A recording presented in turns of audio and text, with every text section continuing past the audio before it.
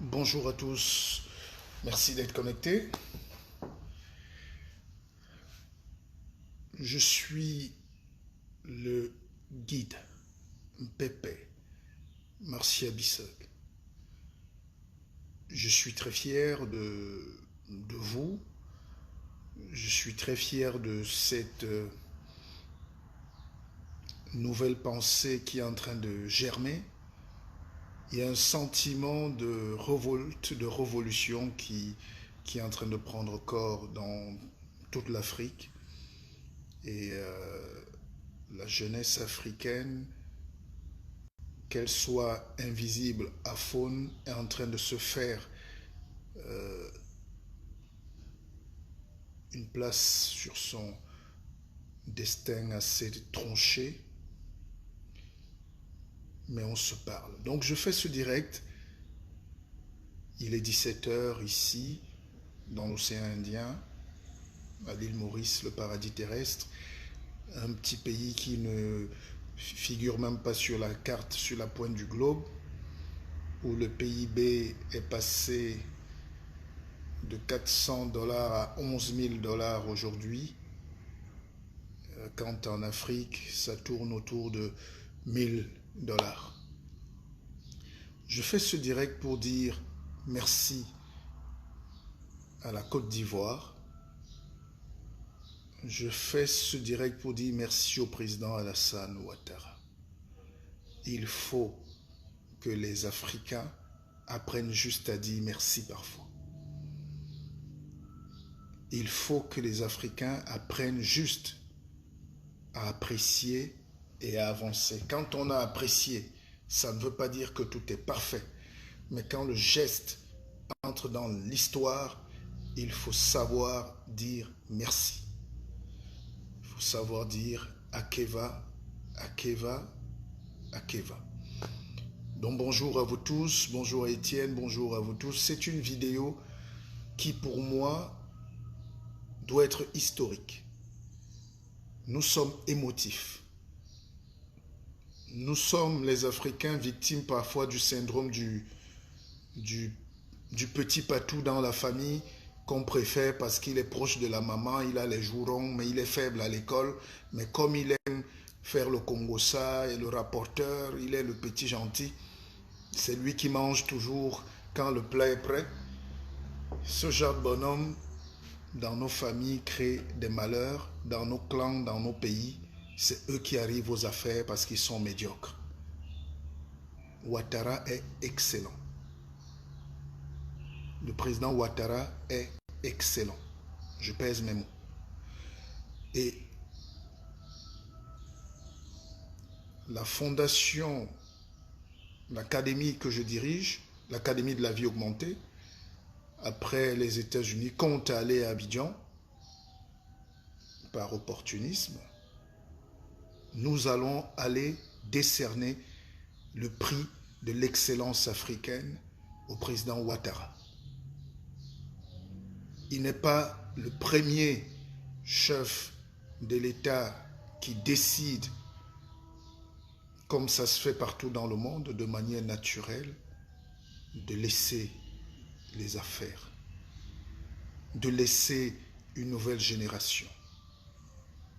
Mais c'est tellement dur, ces petits mots-là, laisser la chance à une autre génération de prendre le relais. Au Canada, c'est normal. Les Justin Trudeau sont couchés, ils savent que la vie est normale. Lui-même, il finit, il va partir. En France, c'est normal. C'est normal. Aux États-Unis, c'est normal. Vous voyez, Joe Biden, il est avec Bloomberg, il est avec... Bref, la compétition déjà chez les démocrates est ouverte. Même si à la fin, il y aura un gagnant qui va être Trump. Mais c'est naturel. Les gens même dépensent des fortunes. Vous avez suivi, Bloomberg a dépensé 500 millions de $ juste pour les primaires. En s'amusant, c'est son argent de beignet. C'est comme mon frère Timbana, il dépense 1000 €, quoi. Donc, juste pour se faire entendre, les idées.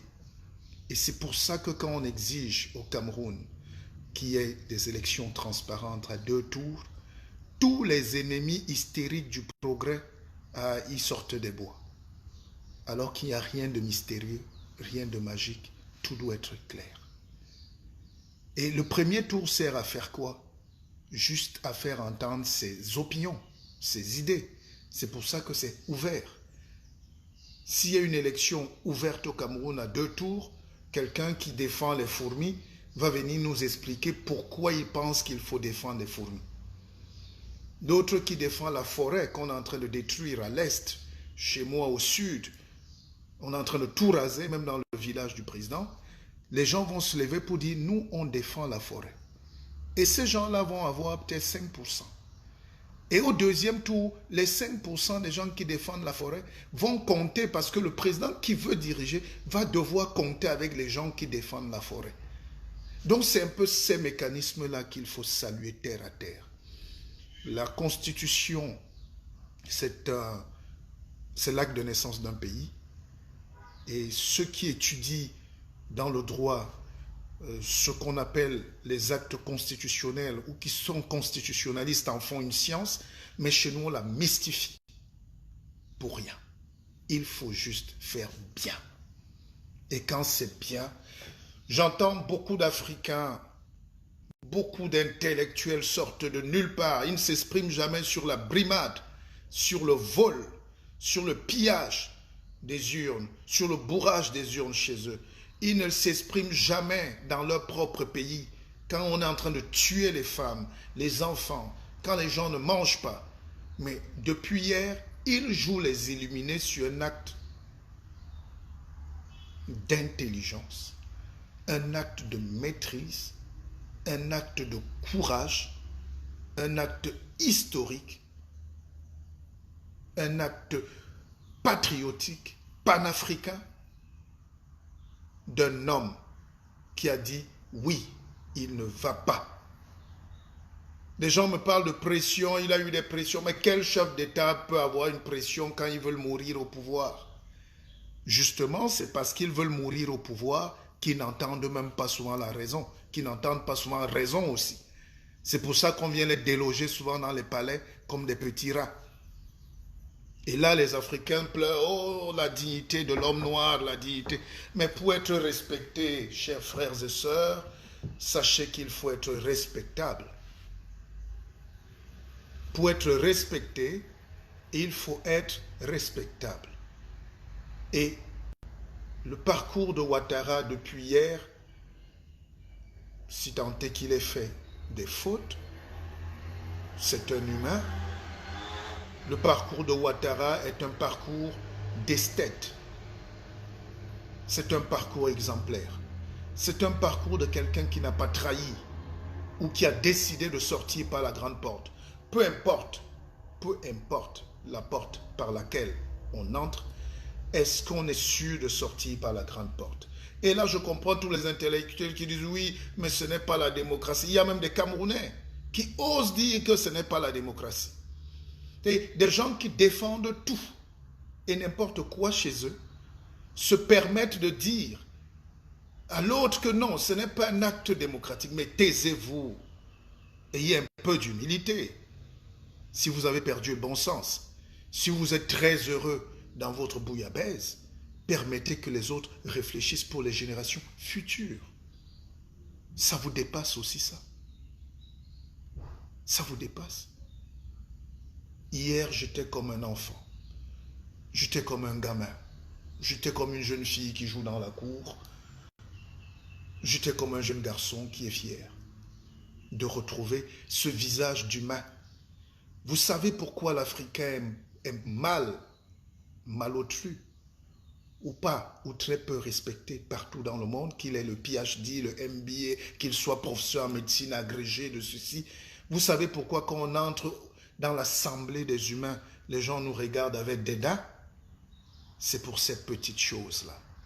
Nous traînons les tares, les cicatrices, les failles, les défaites de toute l'idiotie que portent nos dirigeants parfois. Est-ce que je me fais entendre? Ça veut dire que quand vous entrez dans une assemblée, disons à la Banque mondiale, Vous trouvez les gens qui ont un parcours correct, qui sont là. Vous aussi, vous êtes correct. Mais le simple fait d'entrer, les gens peuvent même se décaler de vous parce que vous êtes porteur de l'échec. Vous êtes porteur d'une poisse, d'une insuffisance de l'intelligence. C'est ce que les gens croient, c'est ce qu'on renvoie.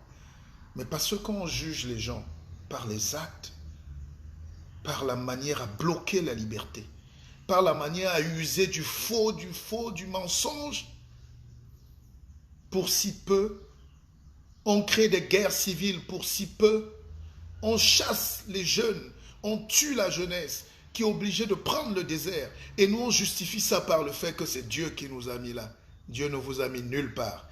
Dieu aussi peut vous dire à un moment, partez pour le bien de l'humanité. C'est aussi ça. Et Ouattara hier l'a fait. Je suis fier du président Ouattara. Je sais qu'à Abidjan, on est suivi. Je suis fier de ce peuple de Côte d'Ivoire qui a dépassé beaucoup de clivages. Beaucoup de clivages. C'est même d'ailleurs l'histoire de l'Afrique qui est en train de se jouer. Vous savez, en 1912, petit rappel historique,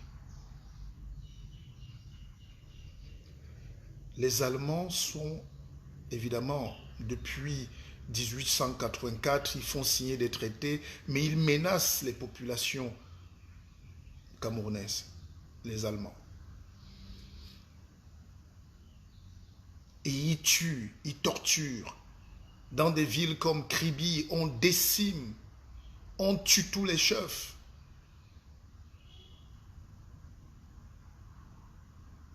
Ils tuent Madola, ils tuent Douala Mangabel, ils tuent Otete Mbida, ils tuent tous les chefs et les enfants. Et les chefs de la côte, parmi lesquels mon arrière-grand-père Manyanya Moukoko, ils commencent à aller appeler les Anglais. Écoutez bien, parce que les Africains ne connaissent pas souvent leur histoire. Donc, voyant la brutalité allemande, les chefs de la côte quittent. Ce n'est pas les histoires des romans, c'est mon histoire à moi, la vôtre aussi, celle de l'Afrique. Elle est cahier, elle est souscrite dans les registres de ma famille. Donc les chefs côtiers quittent doucement, traversent et vont à Calabar, demander de l'aide aux Anglais. Et ils leur donnent le tuyau. Et les Anglais arrivent, conduits par le général Dobel. Ceux qui ont connu même les studios Dobel à Douala peuvent. Donc les Anglais arrivent, ils sèment le brouillard. Et quand la guerre éclate, parce que la Première Guerre mondiale a presque commencé au Cameroun, pour ceux qui ne savent pas.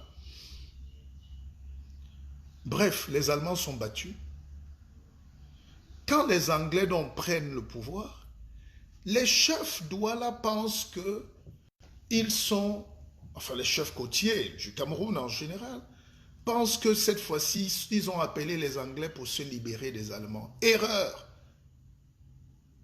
Les Anglais font appel aux Français.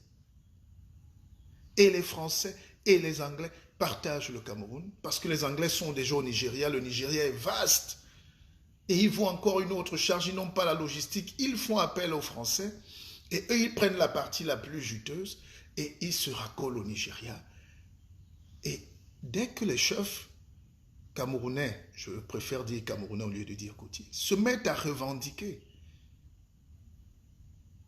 à dire non, mais ce n'est pas ça. On vous a appelé parce que les Allemands étaient brutaux, nous menaçaient, nous égorgeaient, nous mettaient au travail. Maintenant, on vous appelle, vous venez encore faire pire que les Allemands. Et c'est ça qui continue dans toute l'Afrique aujourd'hui. Je dis ça pourquoi? Parce que les gens qui croient, j'entends des mots, Ouattara sous-préfet de la France, Ouattara a fait ceci, Ouattara a fait cela. Vous savez, l'émotion chez nous, je vous ai dit, tout ce qui va tuer l'Africain, c'est son manque de bon sens quand il faut choisir ses intérêts. Je m'explique. Si vous prenez une assemblée d'Européens, vous leur dites, bon, nous sommes là, il nous faut un nouveau directeur, le directeur là est empêché, qui va gérer? En 2 minutes, ils vont dire, Monsieur Joubert. Ah non, ils savent, parce qu'ils savent que la compétence requise, c'est lui. Et net, ils se mettent d'accord tout de suite pour trouver le chef. Et il est là. Vous prenez une assemblée d'Africains, qu'ils aient les masters, les PhD, ça ne m'intéresse plus. L'Africain et ses parchemins, depuis, j'en doute. Je ne juge que l'intelligence directe et concrète des gens maintenant. Vous prenez une bande d'Africains, je généralise, vous leur dites, mais pour votre bien, pour votre bonheur, désignez juste une seule personne qui peut conduire la société au bout. Parce que les Blancs s'en vont, par exemple. Ils vont se battre jusqu'à ce que tout le monde meure. Ils vont tout faire pour chasser le meilleur. Ils sont prêts à tout pour prendre le dernier parce qu'il a les joues, parce qu'il est aimant, parce qu'il parle la langue, parce qu'il est un garde du village, parce qu'il est accommodant. Mais ils ne vont pas le juger sur ses compétences et ses capacités. Retenez ça bien. Tout le malheur de l'Afrique ne vient pas de la France, de ceci. Ça vient du fait que nous sommes incapables de choisir ce qui est bien pour notre développement. Je m'explique. Vous prenez le président Ouattara, vous prenez le président Gbagbo. J'ai de l'admiration d'ailleurs pour Gbagbo, un peu plus. Mais c'était avant. Après, il faut tuer un peu l'émotion. Le président Gbagbo est un homme, comme on va dire, du peuple. C'est le Oumiobe. Il a des valeurs de lutte. Il lutte depuis plus de 50 ans. Ça, c'est bien. C'est quelqu'un qui aime la vie, la famille. Il est ouvert, il est large. Il aime la fête. Il aime le bonheur des gens. Il est proche des familles. Ça, c'est vrai. Mais, à côté, vous avez Ouattara. Parce que ce débat-là n'est pas anodin. Je développe, hein, suivez. Vous avez Ouattara qui vient vous dire, mes chers frères, je ne suis pas obligé de vous faire des bisous, encore qu'il y a le coronavirus maintenant. Mais, je suis là pour vous prendre d'un point A à un point B. Parce que moi, j'ai appris la science des mathématiques, de l'économie. Comment faire augmenter la vie meilleure des gens. Vous avez quelqu'un, d'un côté, qui vous tient un discours convenu, et de l'autre, vous avez quelqu'un qui dit « Je ne vous aime pas. Je veux juste que vous soyez bons, heureux et travailleurs. » Les gars vont dire « Ah, imaginez. » C'est ça la réalité. Il faut dire les vérités aujourd'hui. Ouattara prend la Côte d'Ivoire d'un point A. Aujourd'hui, ils peuvent se prévaloir, chers Ivoiriens, soyez fiers d'avoir un président qui a fait bondir le PIB de son pays. D'avoir un président qui a relancé l'économie de son pays. D'avoir un président qui a lu les courbes du destin. D'avoir un président qui a augmenté la qualité de vie. Tout n'est pas parfait. Dans chaque pays, il y a 20% de poches de pauvreté. Et il faut les réduire. Et lui, il est économiste. Il peut les réduire. Il les a réduits. Dans chaque pays, il y a au départ toujours 20% de poches irréductibles de pauvreté. Dans d'autres pays, les poches de pauvreté, au lieu de les cantonner à 20%, un peu moins, aujourd'hui, on est en train d'aller à 80% de zones de pauvreté dans des pays que vous connaissez. Vous les connaissez. Mais quand ça vous concerne, vous vous taisez. Quand c'est la Côte d'Ivoire, tout le monde a le PhD en Côte d'Ivoire. Tout le monde a le doctorat de la Côte d'Ivoire. Taisez-vous. Taisons-nous. Si ce n'est pas pour dire du bien, taisons-nous. Taisons-nous. L'indice de développement de la Côte d'Ivoire fait plaisir. Et ça vient d'une vision. Indépendance de la Côte d'Ivoire. C'est vrai que le président Houphouët était contre le panafricanisme. Enfin, il était panafricanisme, mais d'un autre camp. Il y avait deux camps.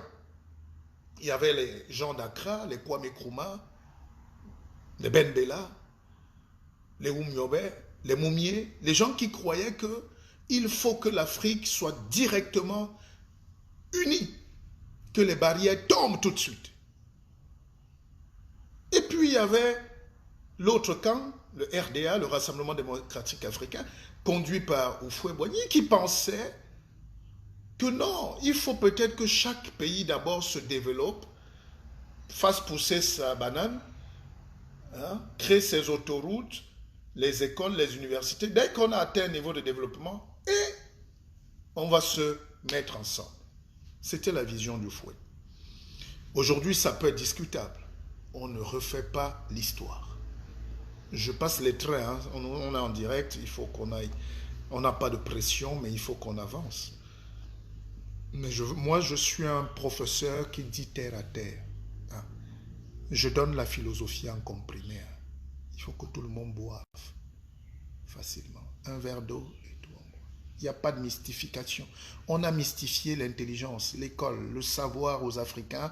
Ça fait que les imposteurs qui ont 2 ou 3 diplômes signés par les colons et qui se jouent panafricanistes et qui se jouent intellectuels ne savent pas qu'on les a formés à réciter ce qu'il faut réciter, un discours convenu. Ça s'appelle la perroquéisation. Nous ne sommes pas dans le domaine de l'intelligence. Donc, chers frères et sœurs, Houphouët a pris des engagements depuis les années 60, 70, de créer une Côte d'Ivoire prospère et riche. Il a pris les engagements de bâtir.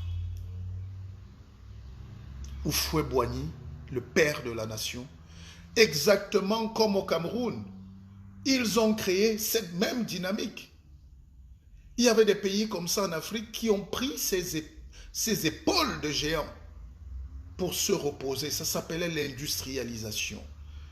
Mais la Côte d'Ivoire est allée plus loin parce que Houphouët-Boigny avait d'ailleurs dit qu'on n'a jamais emprisonné un pays parce qu'il a pris des dettes. Il a pris des dettes. L'argent coulait à flot. Il a dit, j'en profite pas pour voler, mais pour bâtir. C'est pour ça que Abidjan, si vous enlevez peut-être le métro, ou comme on dit souvent, est comme une ville normale, comme Montréal, comme Paris. Abidjan est la plus belle capitale d'Afrique, toutes tendances confondues. Juste parce que depuis les années 70, il y a eu un visionnaire. Ils ont fait des plans. Ils ont fait des plans de modernisation. Ils ont appelé les gens. N'oubliez pas que la Côte d'Ivoire, soyez pas émotifs, écoutons. La Côte d'Ivoire, c'est le Cameroun, c'est le Gabon, c'est le Congo, c'est l'Angola, c'est l'Afrique du Sud, c'est la Tunisie, c'est le Maroc, c'est le Liban, c'est la France, c'est les États-Unis, l'Afrique du Sud. C'est l'idée de l'universalité avant l'africanité d'ailleurs. Tous les grands professeurs camerounais ont enseigné en Côte d'Ivoire. Houphouët avait dit, venez, Tuendiam Poemi, de regretter mémoire. Oui, il faut dire. Refusé parfois à l'université de son propre pays, pourchassé, chassé. En Côte d'Ivoire, il était comme un seigneur. Manu Dibango, plus grand musicien africain, qui n'avait même pas de résidence chez lui, a été appelé en Côte d'Ivoire pour former l'orchestre de la Côte d'Ivoire. D'où sont sortis les Ernesto Djedje, les François Louga, et aujourd'hui on a eu des Mewe. C'est Manu Dibango qui a écrit. C'est Manu Dibango qui a formé tous les grands intellectuels. Et il y a d'ailleurs beaucoup d'Africains, de Camerounais, de Sénégalais qui sont ivoiriens aujourd'hui parce qu'ils ont pris place. C'était leur pays. Et, entre parenthèses, la guerre en Côte d'Ivoire.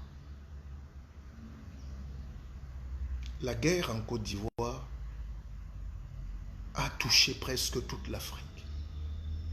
Les Ivoiriens ne venaient pas danser le Kwassa Kwassa à Paris. C'était très rare de voir l'immigration ivoirienne. C'était très rare de voir l'immigration sud-saharienne a bondi en France, a triplé en Espagne, quintuplé, explosé en Italie, parce que les Ivoiriens ont laissé, quand le verrou ivoirien est tombé, tous les jeunes Africains qui venaient se cacher là, les Congolais, les Burkinabés, les Centrafricains, donc on allait vivre à Abidjan. Personne n'est venu à Paris sans s'arrêter à Abidjan dans les années 80, 90, 70. Parce que c'est la ville de tout le monde. C'est le pays de tout le monde. Et Houphouët, dans cette vision, a fait venir l'expertise française, a fait venir l'expertise burkinabé. Les champs de cacao, premier producteur mondial, c'est les travailleurs burkinabés, c'est les travailleurs maliens, guinéens qui ont fait cette force. Ça veut dire qu'on ne peut pas développer un pays quand on a les petites idées de tribalistes.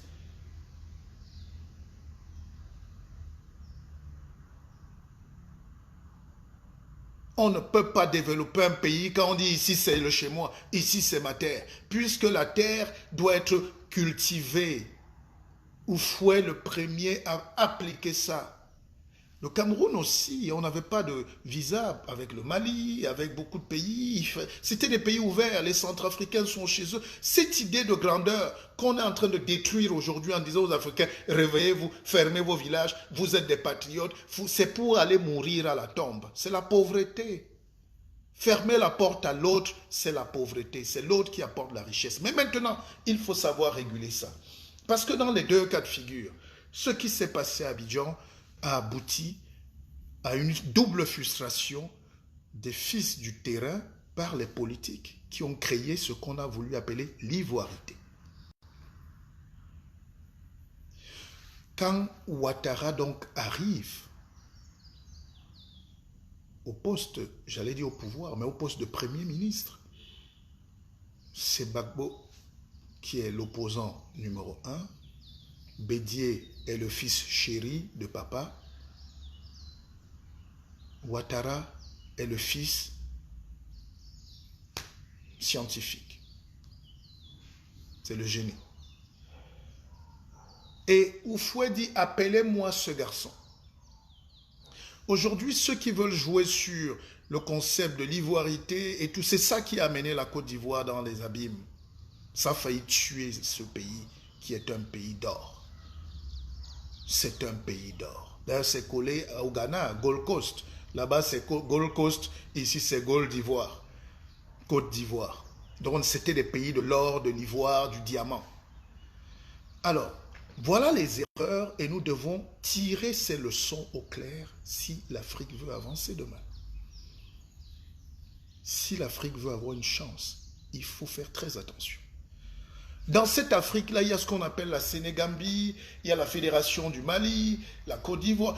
Nous sommes dans l'idée du panafricanisme. Certains ont voulu dire que Ouattara n'était pas ivoirien parce qu'il est né à Dimbokro, qu'il a pu avoir des grands-parents qui viennent de l'autre côté du fleuve. C'est comme si tu disais à un Gabonais qu'il n'est pas Gabonais parce que ses parents sont d'une Thème, alors que le Thème, c'est juste une rivière qui les sépare des autres frères.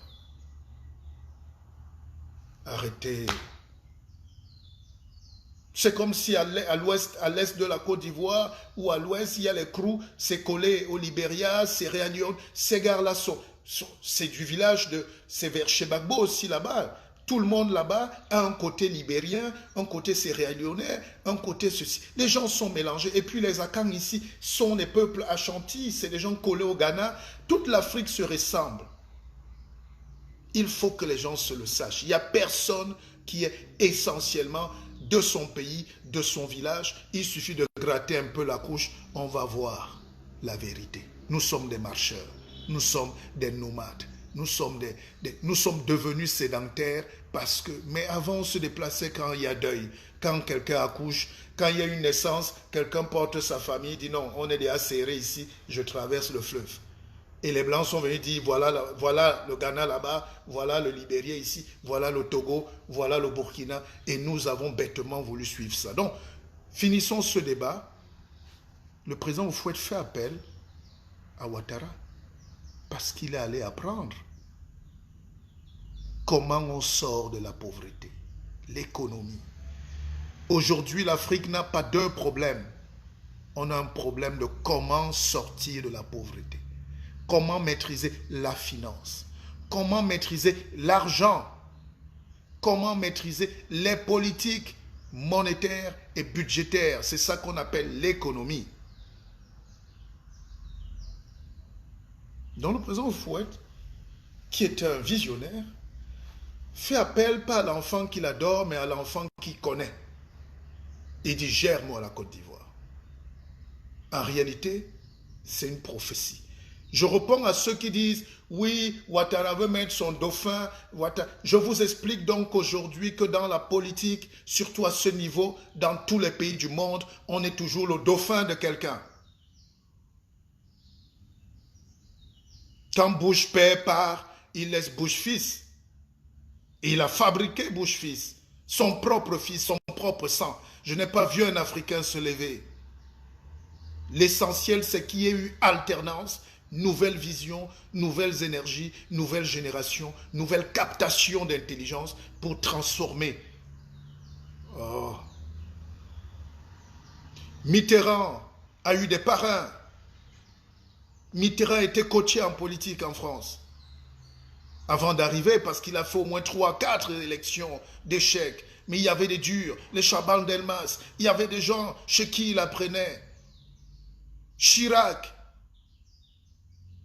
depuis De Gaulle, Chirac même Mitterrand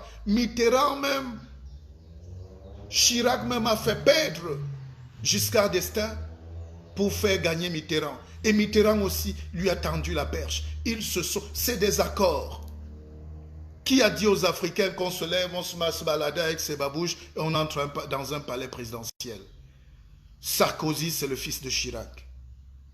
Après, il y a des poignards, il y a la politique en général. Il y a des coups de trahison, il y a tout.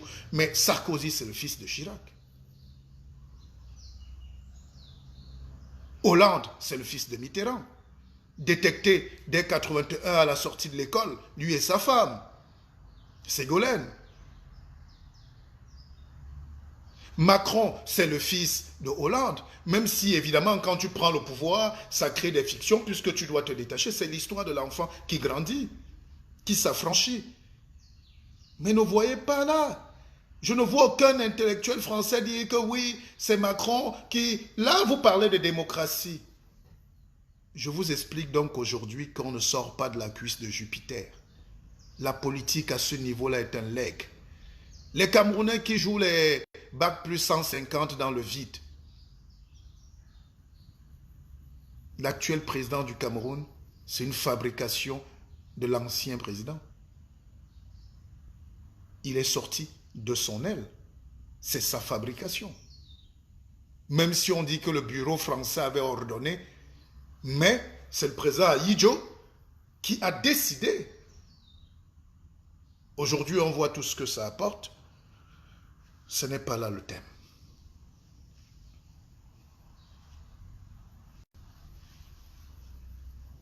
Donc Ouattara arrive en Côte d'Ivoire et il modernise l'appareil économique.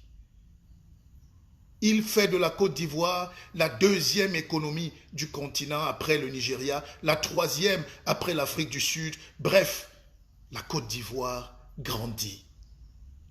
Tout ce que vous voyez là aujourd'hui qui a été fait hier, c'est Ouattara qui a travaillé. Les Africains sont émotifs. On ne t'aime pas parce que tu n'es pas du bon village. On ne t'aime pas parce que tu n'as pas le bon nom. On ne t'aime pas, mais on aime le petit patou, Joufflu, c'est un gars du village. C'est ça qui tue l'Afrique. Vous n'êtes pas réaliste, vous n'êtes pas concret, vous n'êtes pas authentique, vous n'êtes pas cohérent. Je préfère une femme qui n'est peut-être pas belle, qui n'a pas de Louis Vuitton, mais une femme qui sait me déchausser quand je rentre du boulot le soir, qui n'est pas mon adversaire au lit. Je préfère une femme qui me montre la route, qui m'aime et qui me trace la voie, même si ça fait mal. Je préfère une femme qui me dit, chérie, voilà. Je préfère ça à une femme qui te dit, on est bien, Et tout parce que je suis belle. La beauté ne développe pas un empire. C'est l'intelligence et le travail. Et vous ne pouvez pas enlever ça à Ouattara, au président Ouattara.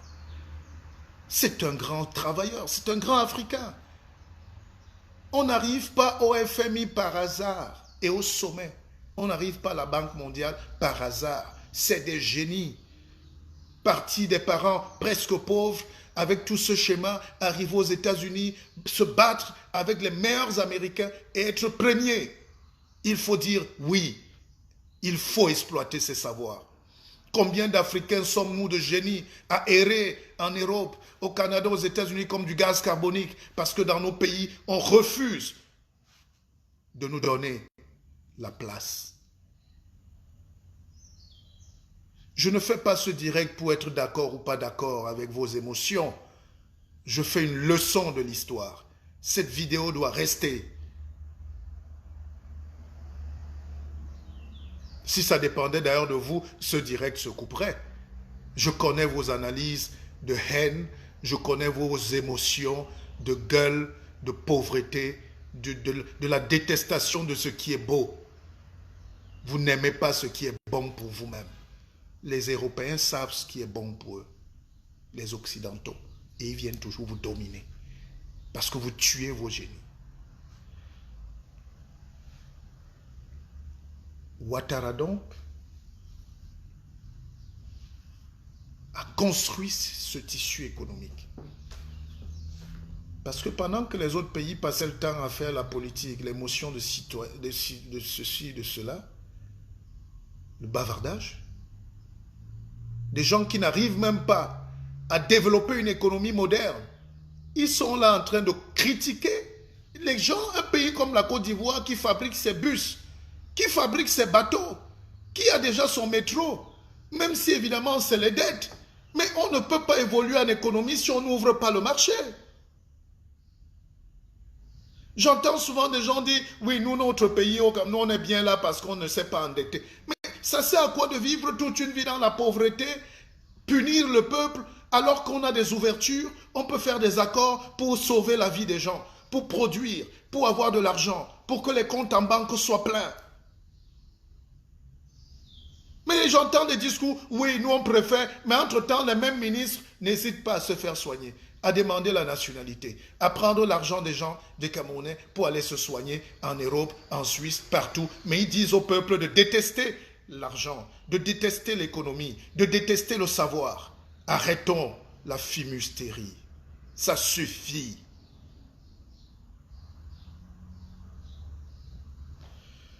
Alors maintenant, ce côté un peu blessant, je le sais, vous avez le droit de garder vos positions. Moi, je vous dis, je suis un guide, je suis un pépère et je ne négocie pas avec la vérité. Ouattara, tellement il était bon qu'on a commencé à vouloir l'éliminer parce qu'il est bon. Bédier a quel mérite, à part d'être le vrai fils, le chef à camp, Bédier a quel mérite pour développer un pays? Il a fait ses preuves. Donc quand Bédier arrive au pouvoir, parce que c'est lui le successeur, premier truc à faire, c'est d'écarter l'enfant le plus brillant du village. Et c'est le typique africain. C'est le typique villageois, le typique gars du village qui dit « je ne veux pas ». Oh, il aurait pu appeler Ouattara pour dire « voici la nouvelle Côte d'Ivoire qu'on est en train de former, Papa Oufou est parti ». Il dit « non, c'est moi l'héritier, vous tous là, je vais vous tuer ». Il a commencé à combattre Ouattara. Il a commencé à combattre Gbagbo et il a commencé à se battre pour garder le pouvoir. C'est de là que tout est venu. On ne dit pas à l'autre, tu n'es pas de ce pays. Le premier ministre d'un pays, juste par le fait qu'il ait déjà servi le pays à ce niveau, ne peut pas être étranger. Laissons même les autres preuves. C'était la plus grosse bêtise, la plus grosse honte des Africains de dire à quelqu'un de brillant, de premier ministre, qui a travaillé toute sa vie pour développer un pays, qu'il n'est pas ivoirien. Et en le disant, ça commence à frustrer Ça, on ne le dit pas. Toute une colonie, tout un peuple acquis. Parce que c'est le même débat qui revient parfois dans nos pays où j'entends que oh, tel ne sera jamais président parce qu'il n'est pas du bon village.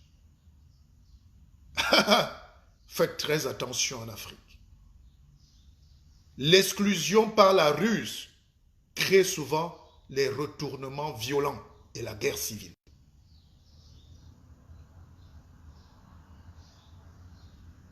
Je vois dans certains pays, on dit, tel ne peut pas, la tribu là, ils ne peuvent pas être présents. De quel droit vous pouvez juger dans un même pays que les autres n'ont pas le droit à ce que vous avez?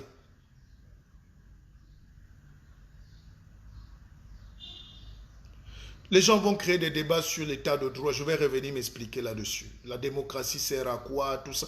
Je vous explique que dans cette vie, vous allez pleurer.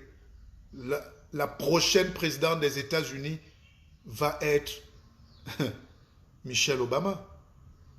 Elle aurait pu y aller là, mais elle sera. Et les Américains ne vont pas dire que son mari était déjà président. C'est est-ce qu'elle est brillante? Parce qu'il y a une race de gagneurs. Il faut que les Africains sachent que tout le monde ne va pas être dans cette race de gagneurs. Il y a une race de gens qui est faite pour conduire les destins des autres hommes. Mais c'est choquant, mais je vous dis, l'Amérique a près de 400 millions d'habitants, mais il y a toujours, la présidence tourne entre 2, 3 personnes. La présidence ne va jamais loin. Joe Biden est l'adjoint d'Obama. Trump est juste venu parce que Trump même a été coté par le Parti républicain, mais il vient avec la science et pas le bruit, pas les diplômes, mais la science. Lui, il a l'argent. Il a dit aux Américains, je mets l'argent sur table. S'il y a l'élection demain au Cameroun, quelqu'un vient et dit, moi, je mets 100 milliards de dollars sur la table, je développe le Cameroun. Je dis, donnez-lui. Même s'il est centrafricain, je dis, donnez-lui. Arrêtons l'émotion. Mais alors, donc Gbagbo a été victime lui-même de l'écartement de Bédié. Gbagbo a été victime de son intelligence parce que lui, c'est un lutteur. Bédié, c'est l'héritier, le petit patou. Et Bédié a encore eu triplement peur. Il a eu peur de Ouattara. Et ça nous a amené là où ça nous a amené. Dépassons cette étape-là. C'est douloureux. Je préfère laisser aux Ivoiriens le choix et le soin de se réconcilier au lieu de diviser encore davantage. Mais les problèmes sont venus terre à terre du fait qu'on a jugé qu'un groupe est étranger. Des gens sont venus en Côte d'Ivoire depuis des décennies, depuis des millénaires, depuis des siècles. Ils travaillent dur pour l'économie du pays et du jour au lendemain, on se met à les pointer comme les étrangers rentrés chez vous en touchant un de leurs. Honte à celui qui pense que quand je parle de toi, je ne parle pas de l'autre. Vous ne pouvez pas pointer du doigt quelqu'un et vous croyez que son groupe ne va pas se sentir concerné. Vous croyez que toute une population, des millions de gens ne vont pas s'identifier à ces frustrations. C'est de là qu'est venue toute la guerre en Côte d'Ivoire. Ayons le courage de le dire. Ayons le courage de le dire. La terre d'hospitalité, la terre éburnie, est devenue une terre de feu parce qu'il y a des politiciens véreux qui ont eu peur d'affronter l'intelligence en face. Et c'est ça qui a amené Ouattara aujourd'hui au pouvoir. Parce que les Occidentaux ne sont pas fous. Les Occidentaux voient leurs intérêts, avec qui on peut faire les affaires, mais où est-ce que l'autre doit gagner? Si nous, dans notre propre part, on ne sait pas prendre déjà notre part, parce qu'on a mis des médiocres, si en plus de notre part, on se permet de voler, de manger toute notre part nous-mêmes, au lieu de donner aux populations, ne soyez pas jaloux de la France qui est votre partenaire et qui vole pour aller payer le RSA. de ses enfants. La France est un prédateur qui vient dans le monde entier prendre. C'est cette femme-là qui va partout et vend tout. Les bélolos, les bifaka, les poissons, les fruits, elle ramène tout pour nourrir ses enfants avec les CAF, les RSA, les RSO, les tout ça. C'est ça le rôle d'une nation, d'un pays, d'un leader.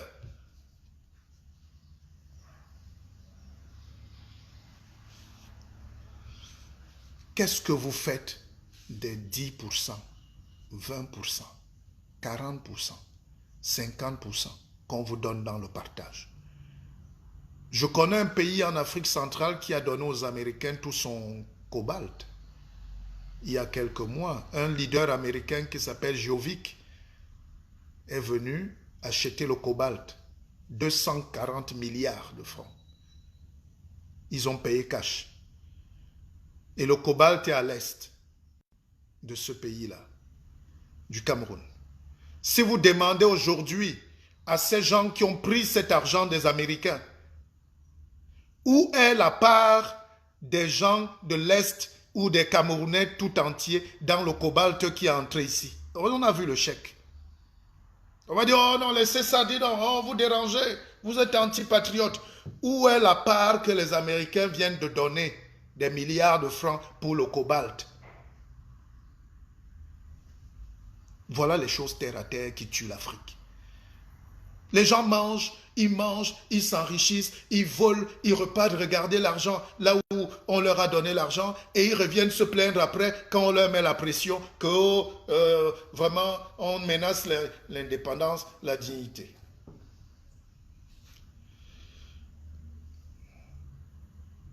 Je ne suis pas là pour être d'accord avec vous. Je ne vous connais pas. Je vous respecte. Je donne mon avis d'intellectuel. Je suis un guide, je prends position. Je fais mes analyses. Et comme Dieu sait que j'ai un pouvoir d'analyse, je suis de cette race qui a ce pouvoir, je ne dépends pas de ton intention, de tes émotions.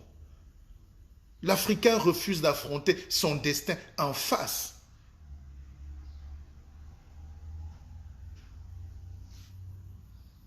Le problème de l'Afrique aujourd'hui, c'est qu'on refuse celui qui est fort.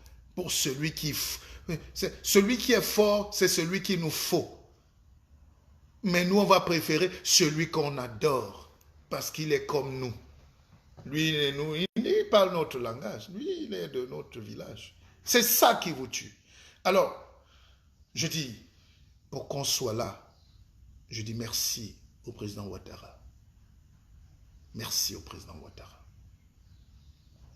Le reste est en train de venir. Laissons l'histoire se faire. J'ai écouté des gens brillants comme Gon Coulibaly venir vouloir faire des leçons de constitution. Mais taisez-vous, monsieur Gon Coulibaly.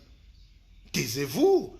Acceptez déjà que Ouattara a décidé. Il y a un autre là en Guinée qui veut mourir au pouvoir. Les gens meurent en Guinée. La jeunesse meurt. Ils n'entendent personne. En réalité, ces gens-là sont libres de n'entendre personne.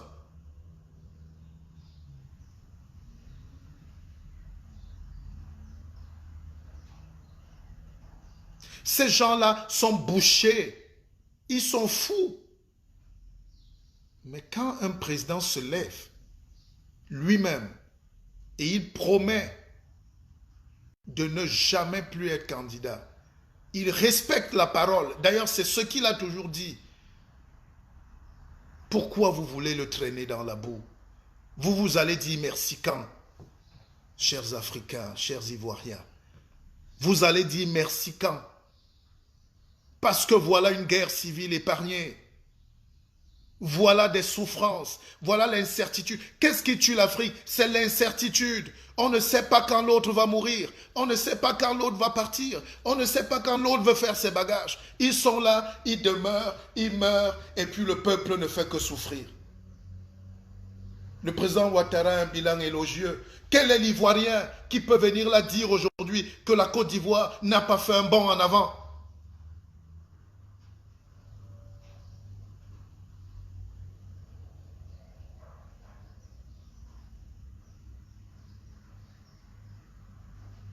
Quel est l'Ivoirien qui peut venir dire aujourd'hui que la Côte d'Ivoire n'est pas belle? Je n'ai pas dit que tout est fait. Tout ne finit jamais. Mais qui peut dire aujourd'hui que la Côte d'Ivoire ne donne pas envie? Que la Côte d'Ivoire ne nous donne pas de leçons? Qui peut venir nier que la Côte d'Ivoire ne respire pas quelque chose de nouveau? Après les souffrances, après la guerre, ça l'histoire va juger. Mais pour l'instant, accepter que ces gens sont en train de travailler. Regardez l'équipe ministérielle du président Ouattara. Regardez les billons. Regardez. J'ai vu le ministre de Sport de Côte d'Ivoire l'autre jour à Paris. On était en train de déjeuner. J'ai vu un jeune homme, pas en âge, mais j'ai vu un jeune homme d'esprit qui est venu défendre le projet de la Côte d'Ivoire pour la CAN. Il est venu vendre la CAN aux entreprises françaises. Il est venu vendre la Côte d'Ivoire du sport aux entreprises. Il était comme un chef, comme un directeur d'une société, le ministre de la Côte d'Ivoire de sport. Quel est le ministre de vos pays qui peut se lever et d'aller vendre son pays comme une société pour appeler les investisseurs? On est tout là dans les sous-trucs, le faux, on donne les petits marchés, on vole les milliards dans nos maisons parce qu'on ne veut pas. Les milliards des populations se retrouvent dans nos chambres parce qu'on ne veut pas. Il n'y a pas de traçabilité. Ouattara a dit tout le monde au pas. Ah oui, ça fait pleurer ça. Tout le monde au pas. Tous les lundis, conseil d'administration, le Premier ministre vient dire ce que le président lui a dit. Les grands chantiers, chaque semaine on fait le bilan. Vous êtes dans des pays de momies. Vous êtes dans des pays où tout le monde joue les savants, mais les gens ne font que souffrir dans les odeurs, la poubelle, les vieilles maisons, la poussière. En Côte d'Ivoire, ils sont en train de bosser. Ils sont en train d'ouvrir les boulevards. Ils sont en train de faire des tunnels, des ponts, les autoroutes. Ils sont en train de moderniser l'industrie. Le port d'Abidjan, allez-y faire un tour.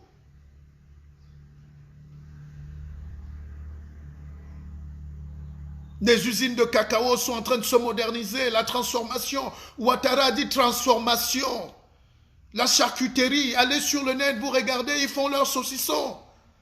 Ils font leur élevage, les porcs, les poulets. Ils sont en train de travailler pendant que nous on fait des concours de village.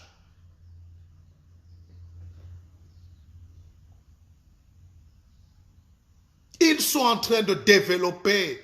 Et Ouattara, c'est normal en tant que grand leader de se dire pour que son travail continue, même s'il n'est plus là, il faut qu'il garantisse la pérennisation de ce succès.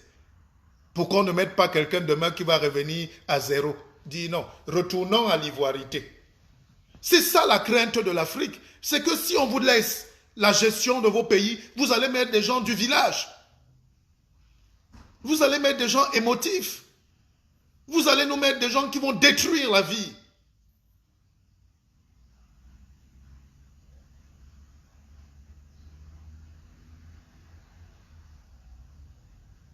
C'est ça le danger de l'Afrique. On dit maintenant transition, on laisse même les élections.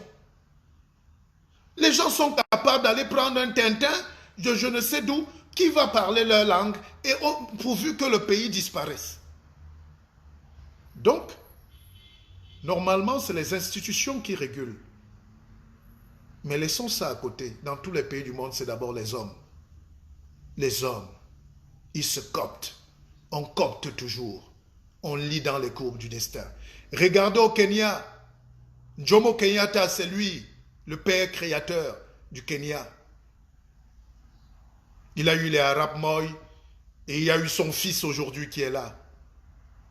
Et il y a une photo où il y a les 4 présidents kenyans qui sont là, assis sur le même fauteuil. Je ne dis pas que c'est une dynastie, mais je dis il y a les courbes de l'histoire comme ça.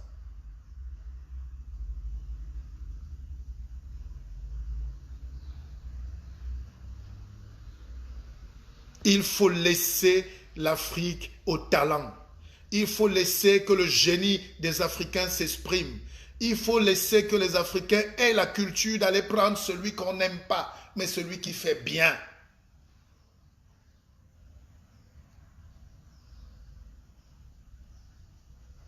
Il faut que les Africains aient le courage de prendre leurs convictions et d'associer à leur succès. Quand je regarde aujourd'hui le jeune président Macron en France, personne ne peut nier qu'il est brillant. Aujourd'hui, il n'est peut-être pas le plus aimé. Ne vous fiez pas à la politique. Ne vous fiez pas à la politique. Quand on est au pouvoir, ça veut dire qu'on n'est pas aimé. Les gens qui disent que Macron, il y a les révolutions. Je vous prends le cas de la France. Je vous prends le cas de la France. Écoutez-moi bien. Je vous prends le cas de la France. 1. Ouattara était là. Pardon au président Ouattara. Je reviens. Macron aujourd'hui, les Africains font des débats. Macron n'est pas aimé. Vous pouvez aimer Macron plus que les Français. Mais Macron est adoré par le peuple de France. C'est lui qui a révolutionné et modernisé la politique en France. Il a créé un mouvement En Marche en moins d'1 an, qui a raflé toutes les mairies, les communes. Tout à l'Assemblée parce que les gens voulaient quelque chose de nouveau. Vous croyez qu'on ne l'aime pas? Quel est le président qu'on a déjà aimé? Hollande était là, les Français étaient tous les jours en route. Sarkozy était là, alors c'était plus grave. On a bloqué toutes les réformes de Sarkozy. Chirac même a dû partir vite. Parce que la France, dans son essence, c'est une France des revendications. C'est dans les revendications qu'on crée la liberté et le développement et qui profite au monde entier. Donc ne confondons pas. Ce n'est pas parce que les gens marchent à Paris qu'on n'aime pas Macron. Macron est en train de travailler durablement pour son pays. C'est ce que Ouattara a fait en Côte d'Ivoire. Vous voyez les 10 ans qu'il passe au pouvoir, mais vous ne voyez pas les 40 ans. Toute sa vie, il a mis au service de la planification. Dans Côte d'Ivoire, un plan de développement structuré et structurel. Je marche dans beaucoup d'Afrique, dans beaucoup de pays d'Afrique, je vois rarement une carte, je vois rarement un plan de développement de ces pays-là. C'est des pays de sous-traitance, de magouille, de corruption avérée, de tout et tout. En Côte d'Ivoire, il y a un bilan clair. Il y a la feuille de route. Et chaque semaine, je vous ai dit, Gbagbo met son équipe, la feuille de route. Ouattara, pardon. Le président Ouattara instruit à ses enfants de travailler.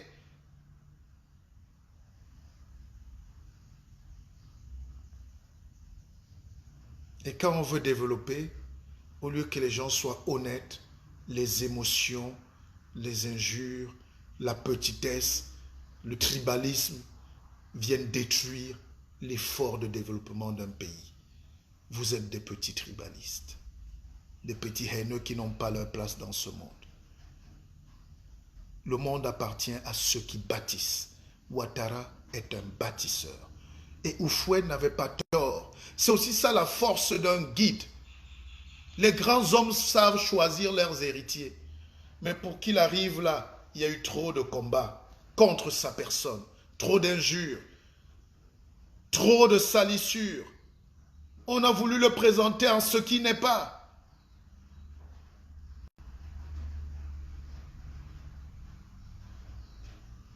Quand on apprécie ce qui est beau, pourquoi vous êtes haineux quand on apprécie ce qui est beau? J'ai un ami qui était arrivé un jour à Abidjan.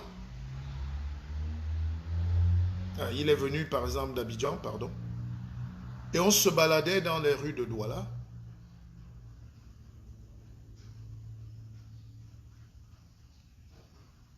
Et il m'a demandé, mais la guerre c'était chez nous ou bien c'est chez vous? Je dis, mais pourquoi? Il dit, mais parce que tout est vieux, tout est bombardé. Tout... Et on était où? Au centre-ville de Douala. On était à Bonadjor. On est passé à Akwa. Il me dit, mais... Et là, je n'ai pas pu me retenir. J'ai regardé. J'ai effectivement constaté que quand on regarde chez nous, il y a de temps en temps quelqu'un qui a volé, il fait un petit immeuble de 4 étages. Il y a de temps en temps quelqu'un qui se démarque. Mais il n'y a pas un développement structuré. Ce n'est pas coordonné. c'est pas développé. Si vous n'arrivez pas à constater ça, vous savez, nous sommes des gens de très mauvaise foi. C'est comme quelqu'un qui n'a pas une bonne toilette, une bonne odeur. Il ne sent jamais ses odeurs, ses effluves. C'est toujours les autres. Regardez-vous vous-même. Regardez vos pays. Vous qui parlez de la Côte d'Ivoire. Regardez vos pays. En 10 ans, de là où ils sont venus, la guerre, regardez ce que Ouattara. Alors, je vais vous dire une vérité. Ouattara a compris que le monde est tenu par la finance aujourd'hui, par le business. Et il veut faire de son pays un pôle de business. On demande aux Africains d'aller prier, de fermer les yeux. Il y a un sauveur qui va revenir les sauver, alors qu'ils peuvent transformer leur vie en paradis sur terre. La fin du monde s'arrête quand vos vies s'arrêtent. Arrêtez de rêver, chers naïfs. La fin du monde, c'est quand ta vie s'arrête. Ta fin du monde, c'est quand ta vie s'arrête. Je suis actuellement à l'île Maurice, un pays qui n'a que la mer. J'étais au fin fond de l'océan Indien et puis la mer, les montagnes. Ils ont mis l'intelligence en pratique. Aujourd'hui, 10 Boeing A380, Airbus atterrissent chaque jour avec des gens pleins pour venir profiter de leur plage, le soleil, les cocotiers, l'intelligence. Vous avez des mêmes pays plus riches, plus grands. Vous dormez dans la haine, le tribalisme, la pauvreté et vous refusez d'accepter des gens qui se battent. Ouattara, c'est toute une vie au service de la Côte d'Ivoire. Ado, bravo. Prado, bravo. Je viens en Côte d'Ivoire, je viens tenir ce discours aux Ivoiriens.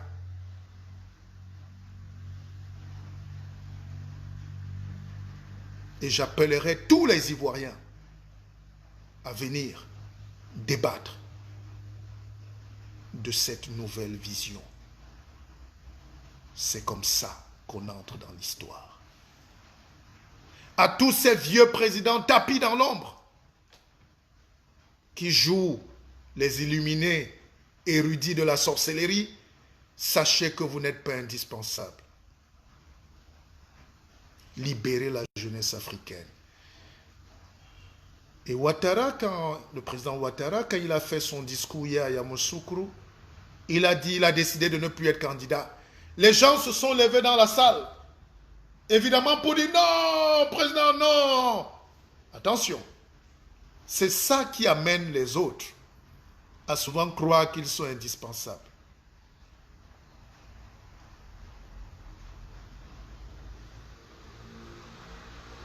Quand Trump va en Inde, c'est pour parler business. Quand Trump va en Corée du Nord, c'est pour parler business. Il va chez son pire ennemi parler de business. L'Africain est toujours émotif. Je n'aime pas Macron. Moi, je n'aime pas Ouattara. Tu n'aimes pas pourquoi? Je n'aime pas seulement. Mais est-ce qu'on est là pour t'aimer ou on est là pour changer ta vie? Si le président Donald Trump quitte, il va rencontrer le président de la Corée du Nord, les ennemis jurés et sacrés. C'est parce qu'il veut vendre le Coca-Cola. Il veut faire les affaires. Qu'est-ce qui vous empêche? Qu'est-ce qui vous empêche de faire les affaires avec la France? Qu'est-ce qui vous empêche de faire les affaires avec le Canada, avec le Liban? Pourquoi en Côte d'Ivoire, les Libanais se sentent chez eux? Moi, pendant la crise, il y a une sœur camerounaise qui était mariée à un Français. Et ils étaient en Côte d'Ivoire. Le monsieur, il avait piscine, chauffeur et tout, salaire de patron. Dès qu'on l'a ramené en France, il était devenu chauffeur de bus. Il a failli se suicider. Parce que les expatriés veulent venir travailler là où il y a les conditions qui leur permettent de gagner, mais aussi que le peuple gagne. Je ne connais pas une relation où c'est le win unique. C'est le win-win. Mais pendant que les autres win, ils rentrent avec leur or développé le chez eux, vous faites le win, mais pour vos poches. Et vous accusez, vous faites que le peuple déteste les gens qui peuvent leur apporter la technologie et le savoir. Des discours du genre détestons la France, détestons... C'est les gens qui sont haineux. Mais si vous détestez la France, vous aimez le Canada, vous aimez la Russie. Hein? Pourquoi la Russie n'apporte pas les usines au Cameroun? Pourquoi ils ne viennent que vendre les armes? Vous aimez quoi Israël? Pourquoi Israël n'apporte pas le savoir qui dépasse Israël en technologie dans le monde? Pourquoi ils n'installent pas leur base de technologie à Yaoundé? Mais ils sont prêts à vendre les armes pour vous protéger, soi-disant. Mais c'est parce que vous ne leur servez à rien qu'à prendre votre argent. Le business donc, Ouattara est un génie du business, c'est un génie de l'économie. L'Afrique aujourd'hui a besoin d'économie. Deuxième chose que les Africains doivent comprendre. Maintenant, on va venir sur la politique monétaire.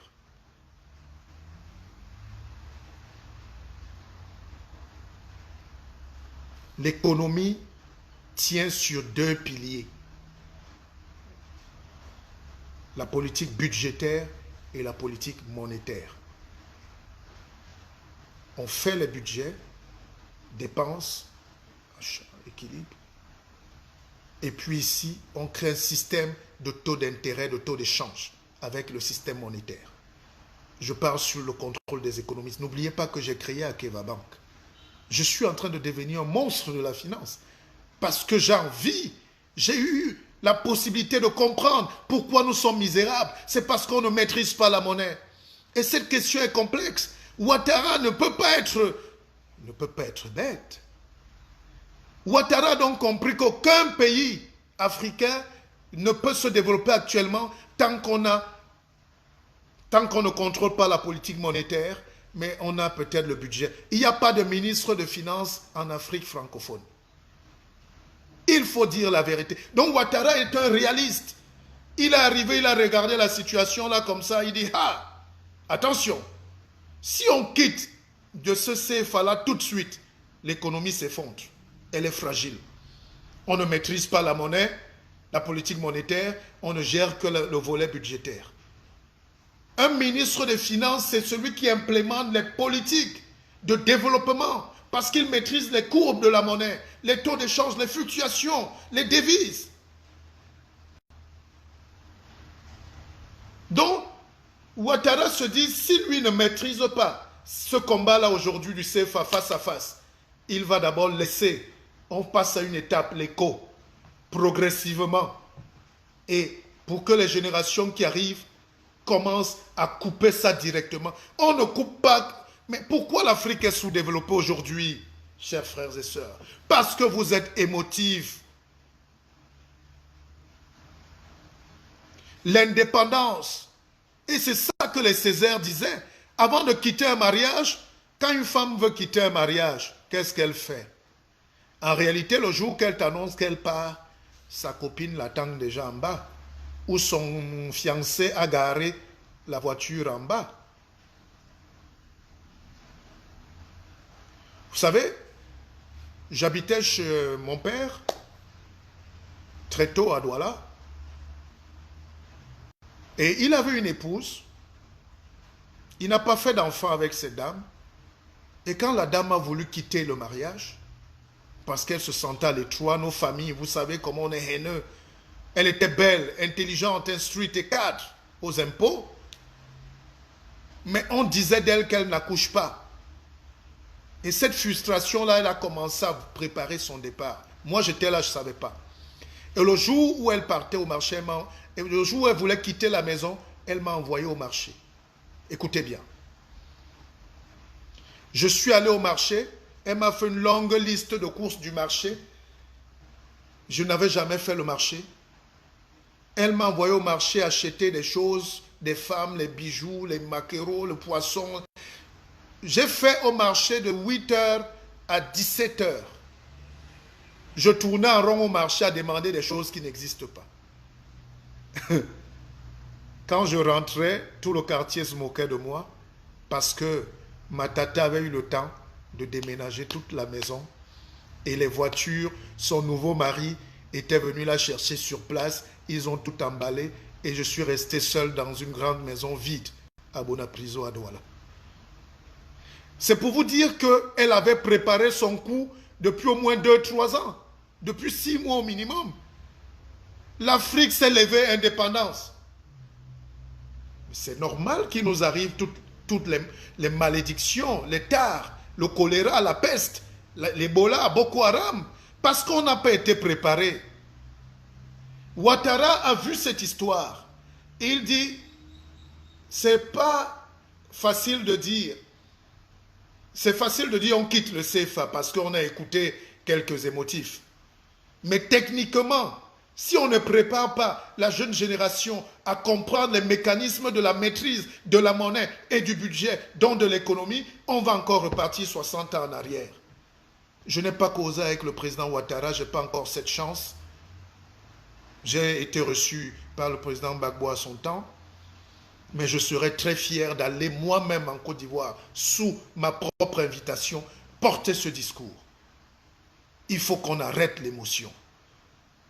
Alassane Ouattara, bravo, vous êtes un meilleur, vous êtes un grand monsieur, je suis admiratif et toute la jeunesse africaine, par ma voix, vous dit aujourd'hui, dormez en paix, nous allons vous protéger. Nous sommes à Paris, nous sommes basés dans cette nouvelle dynamique qui consiste à célébrer tous les gens qui veulent le progrès de notre continent. Vous pouvez ne pas être compris aujourd'hui. Demain, on vous rendra hommage. Ça, c'est un petit aspect historico-religieux, chrétien que je rends. Si vous allez compter sur l'émotion des gens, vous êtes sûr de ne jamais vous développer. C'est le guide Mpépé qui parle. Quand il a fallu, par exemple, pour vous qui êtes chrétiens, entre guillemets, quand il a fallu choisir dans la Bible, entre Jésus et Barnabas, les gens ont choisi Barnabas qui tuait, qui tapait, qui avait du crime, du sang.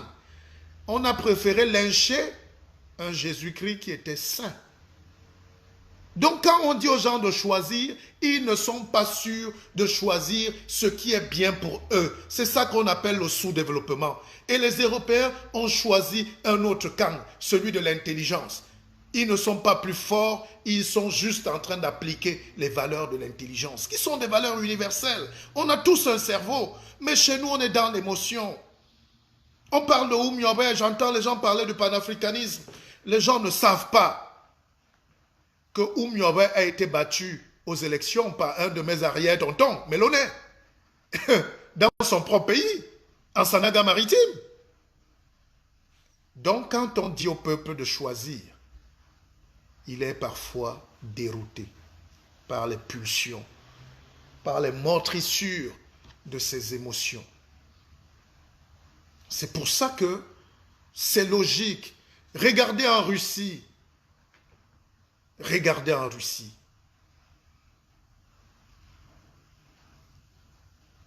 N'est-ce pas? C'est Gorbatchev, après Boris Yeltsin, qui appelle le jeune Poutine. Et depuis que Poutine est aux affaires, pour maintenir... Parce qu'il faut dire ces vérités aux Africains qui rêvent. Ils lisent les conneries.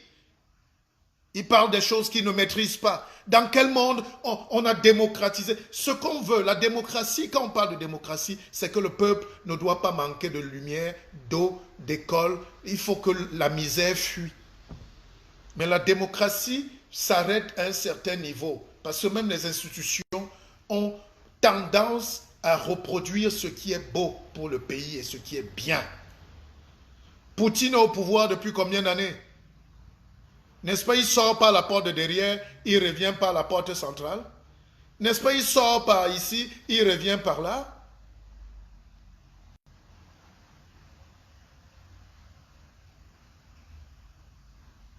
Pourquoi je ne vois pas les Africains? Eux, ils demandent maintenant l'intervention de Poutine en Afrique. Mais ils ne savent pas que Poutine n'est pas un démocrate. La démocratie, c'est avant de se coucher le soir, est-ce que les Russes ont l'eau potable? Est-ce que les Russes peuvent se soigner? Est-ce que les Russes mangent bien? Est-ce que les Russes sont en sécurité? C'est ça la démocratie. Mais le reste là, le pays doit marcher sur les rails. Je sais que Ouattara aime la Côte d'Ivoire. Et un leader ne peut pas dire j'ai démissionné, je m'en vais. C'est normal qu'il mette son œil. Je n'ai pas dit qu'il doit écrire le nom du prochain président, mais il va mettre son œil. C'est comme ça. Laissez le petit bruit. Si Hollande avait décidé de ne pas accepter la candidature de Macron, il allait la saboter par tous les moyens. Mais parce qu'il a vu aussi à Macron que lui, il va partir. Macron a un projet pour la France. Les réformes que vous voyez là, c'est ça qui fait mal aujourd'hui. Mais c'est pour le bien de la France. Sinon, la France n'est plus compétitive. Il faut qu'on mette justement quelqu'un qui est dur, qui bouscule, mais pour que la France avance. C'est leur pays. Les réformes de retraite, si la France ne fait pas de retraite, elle tombe. Oui, parce qu'il y a trop de gens qui ont aujourd'hui des retraites et très peu de gens qui cotisent et qui travaillent. C'est les Africains qui travaillent encore et qui ne prennent jamais de retraite. C'est pour ça qu'il faut réformer ça. Et ça fait mal, ça ne fait pas plaisir. Alors, réveillez-vous. Levons-nous ce soir et disons bravo. Président Prado, vous êtes entré dans l'histoire. Vous êtes entré dans l'histoire. L'histoire historisante. Une histoire historisée. Une histoire historistique.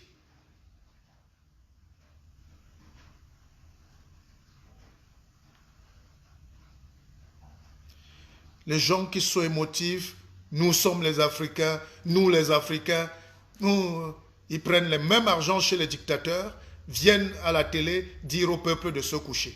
L'ennemi, c'est l'autre. Depuis quand l'ennemi, c'est l'autre? L'ennemi, c'est vous-même.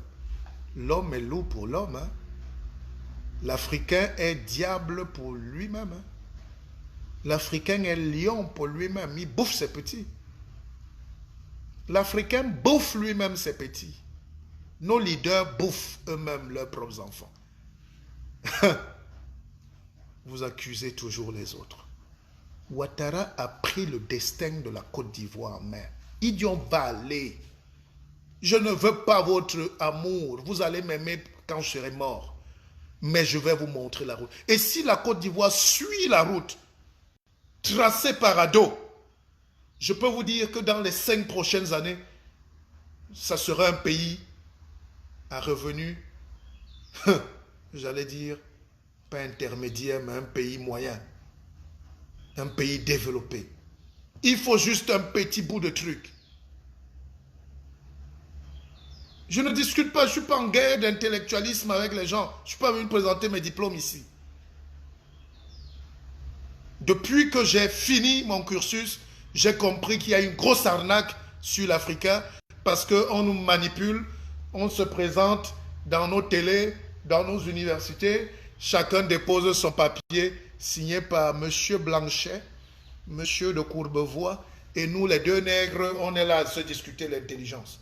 Si quelqu'un est plus intelligent que moi, qu'il fasse plus que moi. Et là, je vais me lever et je vais applaudir pour lui. Arrêtez de me dire tel est plus intelligent, tel a dit le professeur. Je ne suis pas dans un concours professoral ici. On est là pour dire, voilà la route. L'heure de l'Afrique a sonné avec des gens qui auront une vision, quitte à embrasser les Américains, quitte à embrasser les Chinois, mais pourvu que l'intérêt des peuples africains soit sauvegardé. Les gens qui vous attisent là, qui vous chauffent là, dès qu'ils ont fini de dire ça, ils vivent dans les pays qu'ils disent combattre.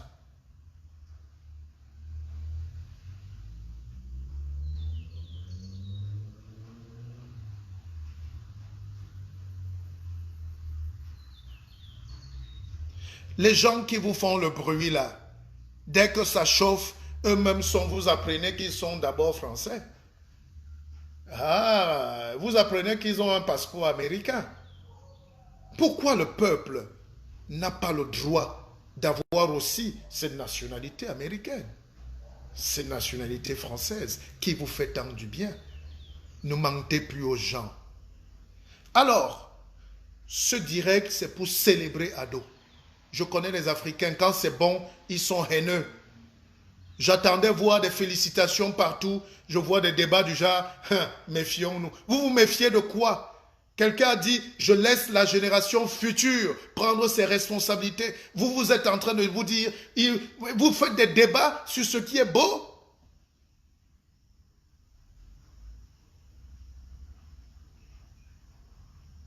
Pour vous, quelle est donc la démocratie? Le nom de Macron avait déjà été écrit sur les petits papiers 2 ans avant. Vous voulez qu'on parle de démocratie?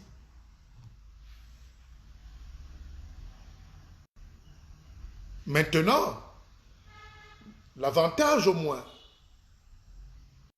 la grandeur du président Ouattara, c'est qu'il dit, je ne suis pas candidat.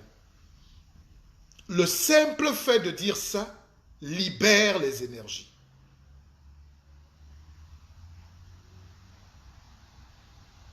Le simple fait de dire ça, ça fait du bien. Imaginez demain si le président du Cameroun dit « Je ne suis plus candidat à la prochaine élection ». Le simple fait de le dire, l'économie du Cameroun va décoller. Mais dans ce flou, le président du Cameroun, que je respecte, mais qui joue avec le destin, il a encore 5 ans.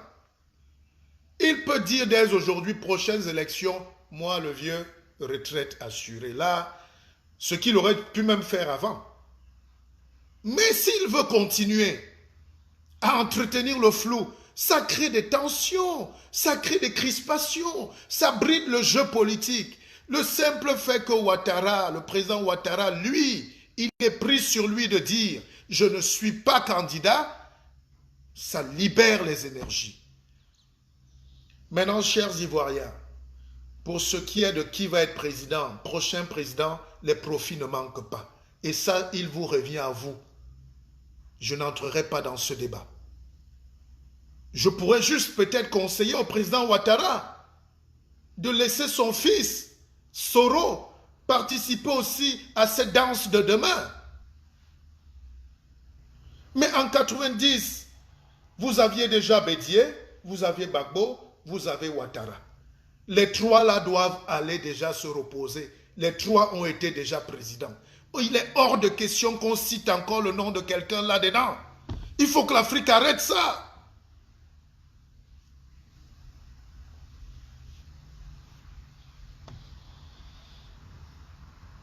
Il faut que l'Afrique arrête ça. Le président Bédié est un homme honorable là-bas dans son village. Qu'il reste là-bas. On lui apporte un peu le placali, il mange, il donne des conseils. Il devient comme un membre du Conseil constitutionnel. Le président Ouattara aussi va rester chez lui tranquille. Il peut même aller à Dimbokro dormir, se reposer. Et il donne des conseils parce que c'est les grands sages. Un pays vit des sages.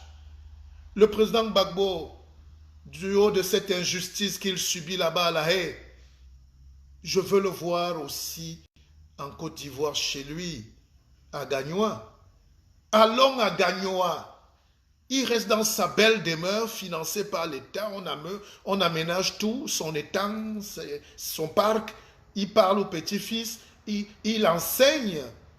Il donne des nouvelles doctrines épurées, mais d'intelligence. Pas de calcul politicien. Qu'il quitte la politique. Ouattara quitte la politique. Bédié quitte la politique, Gbagbo quitte la politique et maintenant laisse la nouvelle génération en toute responsabilité avancer. Et ça, bravo, le président Ouattara l'a fait. Vous voulez qu'on dise encore quoi? Embrassons le président Ouattara.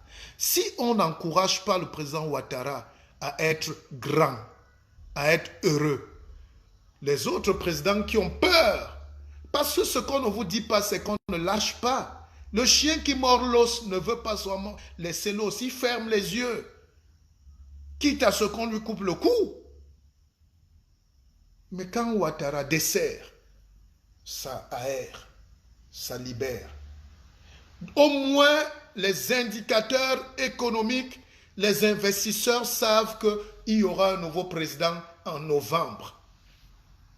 Et c'est important pour l'économie, c'est important pour la richesse, c'est important pour la psychologie, la parapsychologie, l'équilibre mystique d'un pays.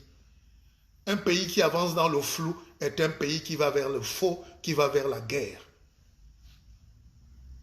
Quelqu'un a dit, quand Ado dit, il fait, Ado fait. Quand Ado dit, Ado fait. Il a promis aux Ivoiriens, je vais augmenter vos salaires. Il a augmenté les salaires. Il a dit, je vais doubler, tripler le SMIC. Il a triplé le SMIC. Il a dit, je vais respecter les enseignants.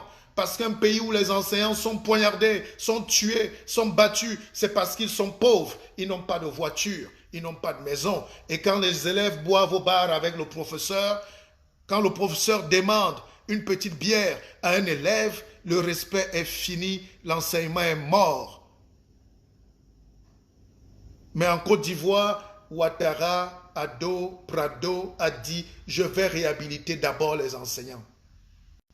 Les enseignants d'université sont à plus d'1,5 million, quelque chose. Hein. Je peux dire, je peux me tromper. Les instituteurs sont à près de 500, 400 000. Les instituteurs. Les professeurs de lycée vont au double, peut-être à 800 000. Si j'ai encore les bonnes fiches. Il a réhabilité le corps social. Les militaires, eux, ils se sucrent toujours. Eux, ils n'ont pas de problème. Mais les pauvres, les parents pauvres, les plus intellectuels sont les plus brimés. C'est souvent les enseignants. C'est souvent les médecins. Et Ouattara a dit, jamais tant que je suis vivant. Et c'est comme ça qu'on relève l'économie.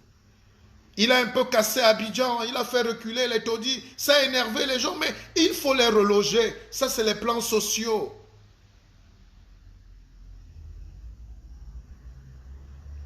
Ça vient. Mais c'est pour développer. Allons vers ce chemin. Maintenant, à la jeune génération ivoirienne, ne tombez pas dans ces discours. Ne tombez pas dans ces discours. Saluez, que vous soyez de Dimbokro, de Gagnoa, d'Atekoubé, que vous soyez de Sassandra, que vous soyez de San Pedro, que vous soyez de Yamsou, saluez ce soir. Il devait même avoir une marche de célébration de Ouattara. C'est de la jurisprudence. Ah oui. C'est de la jurisprudence. Il a créé de l'indondom. Au Cameroun, chez moi, on appelle ça du lindondom. Il a fait du lindondom. C'est un akeviste, le président Ado. Il a créé quelque chose de beau. Faites taire vos émotions. Suivez la voie de l'économie, de la raison. Maintenant, si je demande aux Ivoiriens, si vous voulez que le président Ado ne se mêle pas, il ne va pas se mêler. Mais si ça se gâte après lui, il sera responsable. Le président vivant doit s'assurer que le président prochain va continuer l'œuvre. Il faut dire ça aux Africains terre à terre. Chez nous, on préfère parfois faire le sagat. Celui qui vient la gâte. Comme ça, on va dire que moi, j'étais bon. C'est de la petitesse. Quelqu'un qui a bien travaillé se bat pour que l'héritage perdure. Les Européens gardent l'héritage de De Gaulle en France. Les Anglais gardent l'héritage de Churchill. Les Allemands gardent l'héritage des von Weizsäcker, de Helmut Kohl, même de Hitler. Pourquoi avoir peur de dire ça? C'est Hitler qui a lancé les plus grands travaux en Allemagne. Même si ça conduit au chaos. Mais les Allemands ne vont jamais le dire officiellement. Mais il est dans leur mémoire. Hitler est allemand. Hein? Il s'est battu, mais de très mauvaise manière, pour les Allemands. On n'écrase pas un peuple. On n'écrase pas des Juifs parce qu'on veut faire dominer l'ordre suprémaciste de la race aryenne. Vous ne voyez pas le rapprochement avec nos pays?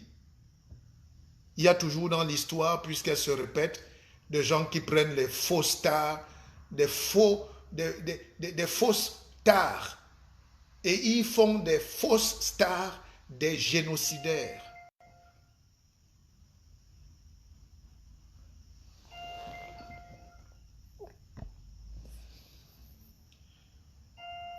C'est comme ça qu'on veut voir l'Afrique. Maintenant, la jeune génération,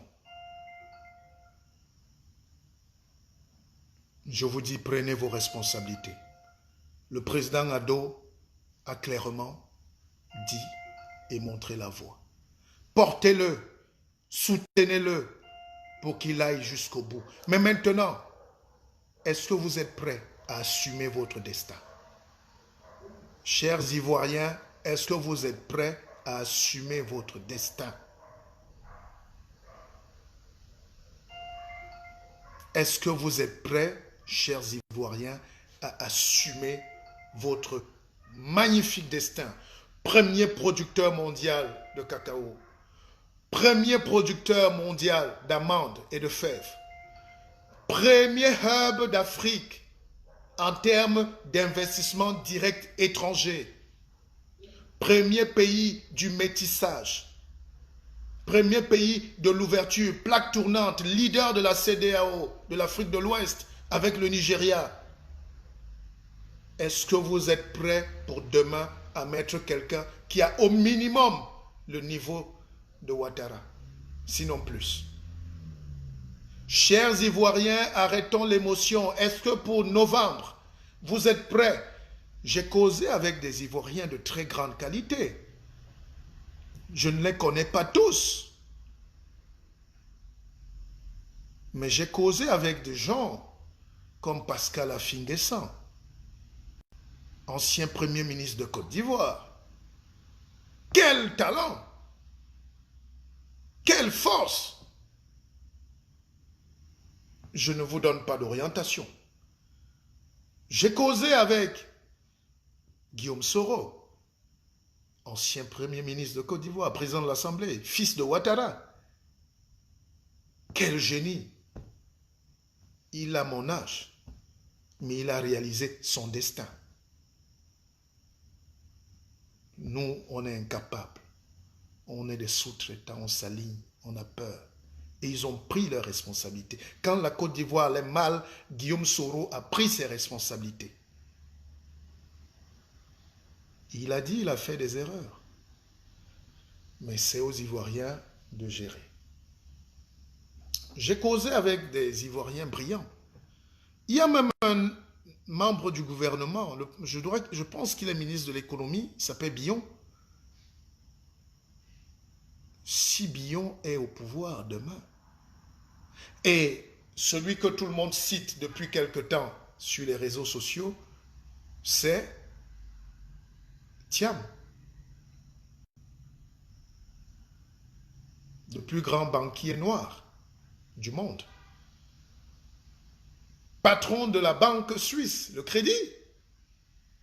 Il était à Londres, il a fait ses preuves. La France n'en a pas voulu parce qu'en France, il y a un racisme qui pousse tous les Noirs à fuir quand ils veulent briller. Maintenant donc, quand on a un type comme Tidiane Thiam,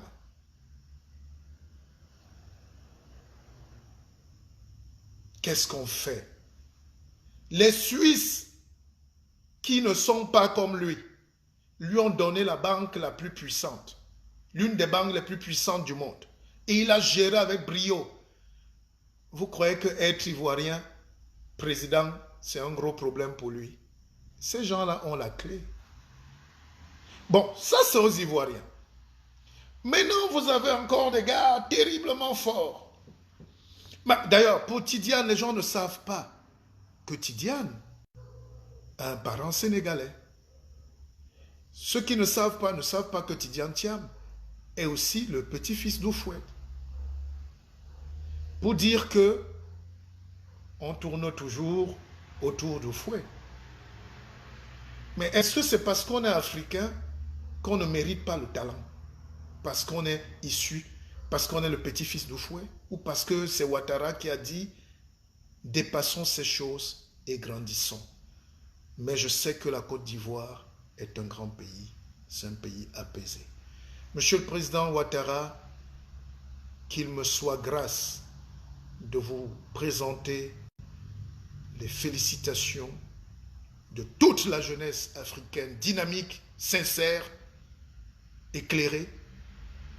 Par ma voix, je suis le fondateur d'Akeva, l'Académie de la vie augmentée.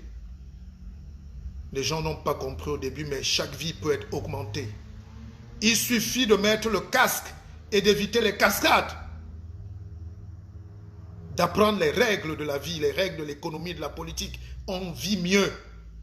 C'est pour ça que j'ai créé cette académie pour former les Africains de tous bords, qui viennent de Touboro ou de N'Djamena ou de Dakar ou d'Abidjan.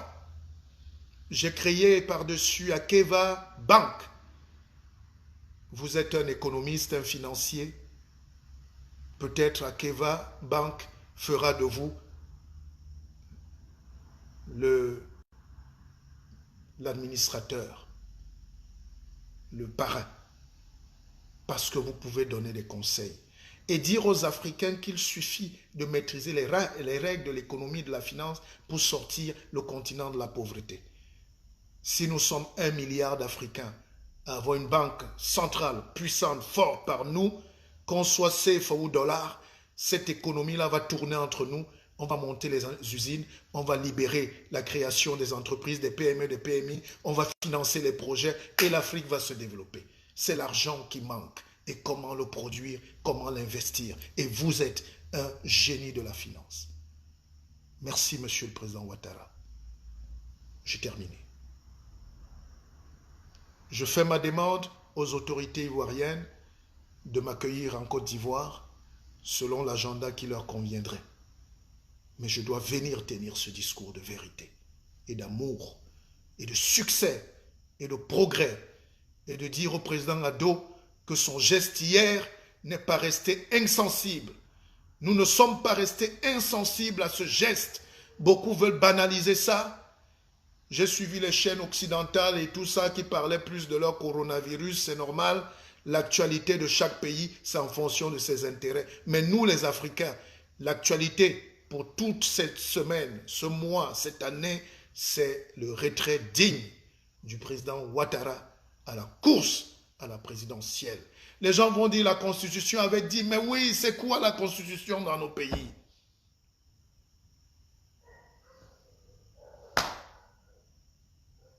Bravo, monsieur Ouattara. Je viendrai vous porter ce message. Bravo. Merci à tous les Ivoiriens. Restez lucides. Refusez les bisous du petit patou à Prado qui est concret, qui est réaliste, qui apporte le progrès. Dans concret, il y a progrès. À tous les autres Africains qui ne veulent pas lire dans les courbes de l'histoire, il est temps de faire taire vos émotions. Il est temps d'écouter la voix de la raison. Laissons une nouvelle Afrique naître. Donnons la chance à une nouvelle Afrique. Je vous aime. C'était le guide MPP, Martial Bissok. Après Washington, je viendrai à Abidjan. Je viendrai. Je suis ivoirien ce soir. Je suis ado ce soir. Même si je suis adulte. Mûrement vacciné. Équilibré. Éveillé. Je suis un Africain qui refuse de croire à la malédiction, à la fatalité, parce qu'il y aura toujours des grands hommes qui vont relever l'histoire de ce continent par des petits gestes. Un petit pas pour Ouattara, mais un grand pas pour la Côte d'Ivoire et un bond en avant pour l'Afrique et un saut, triple saut périlleux pour le monde. Parce que les gens veulent confiner l'Afrique à ses préjugés. On meurt au pouvoir. Oh, les Africains, c'est chaud, vous savez. Quand on change. Et en plus, permettez-moi de saluer, avant de terminer, Madame Dominique Ouattara, cette grande dame. C'est elle qui chuchote à l'oreille du mari la nuit quand on a éteint les lumières. Si elle lui avait dit « Ne bouge pas, ne bouge pas, on meurt ici », imaginez le désastre que ces femmes de chefs d'État, des dictateurs causent dans nos pays en Afrique. Imaginez le malheur que ces femmes apportent par leurs conseils négatifs, négationnistes, rétrogrades à leur époux, mari et tendre. Madame Ouattara, avec la clarté, la beauté hellénique, a pu faire aussi entendre sa voix. La vie continue après nous, après vous. Bravo au couple Ouattara. Bravo à Madame Dominique Ouattara. Respect, hommage au grand patriarche Alassane Dramane Ouattara. Parfois, c'est le fils même qui vient de loin, qui vient relever la famille. Akeva, Akeva, Akeva. Partagez.